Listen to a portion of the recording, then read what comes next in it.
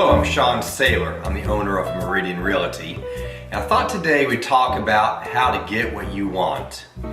And what I mean by that is whenever you start negotiating the transaction on a home, there's a couple things to keep in mind in order to get what you want. First thought is get over trying to be a winner.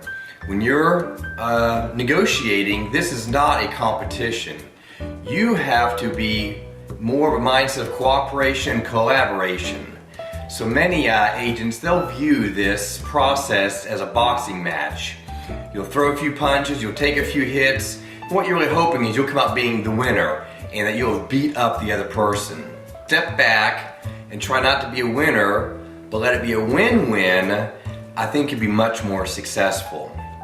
So how do you make it a win-win? Well, the first thing you have to do is decide what are my goals in this negotiation? What do I want out of it? And once you've figured that out, you've gotten half of your negotiation done.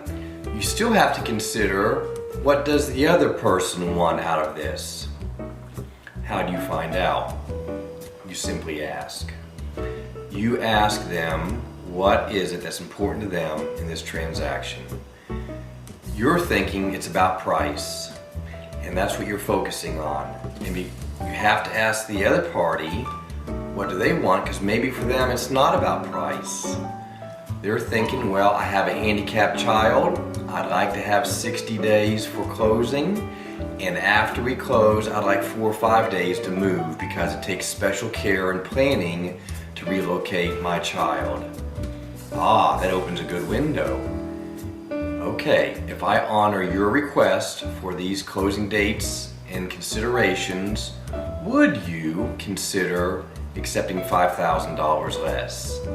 Yes, I would, will be their response. And my last thought is, do not throw out the threat of leaving the negotiation. I'm gonna walk away from this deal. It's counterproductive. You've just spent time and effort proving to them that you're a sincere buyer.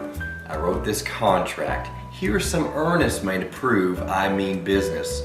Oh look, let me present to you my letter that gives proof that I have the ability to purchase. And then in the midst of the negotiation, you get frustrated, you throw up your hands and say, I'm running away. Completely counterproductive of what you want. Yes, you may in fact decide that you're prepared to walk away if you don't get what you need, if you don't meet your goals. But don't use it as a weapon against the other party. Simply work with them, offer them their thoughts, because I have seen a few times you will terminate and walk away from this negotiation. You'll go down the street to find another home you fall in love with, and who is the listing agent on that other house? Well, it's the same agent, possibly, who was working on the previous home you just walked away from. So what are they going to tell their sellers about you? Well, Mr. Wackadoodle, we just finished negotiating with him on another house in this neighborhood, and now he is with you.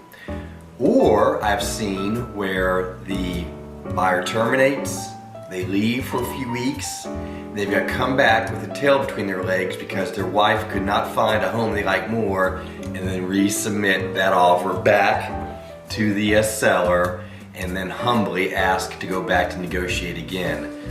So you lost your strength in that particular transaction. So consider those points whenever you want to get what you want. I'm Sean Saylor. I'm the owner of Meridian Realty. Let us help you get what you want.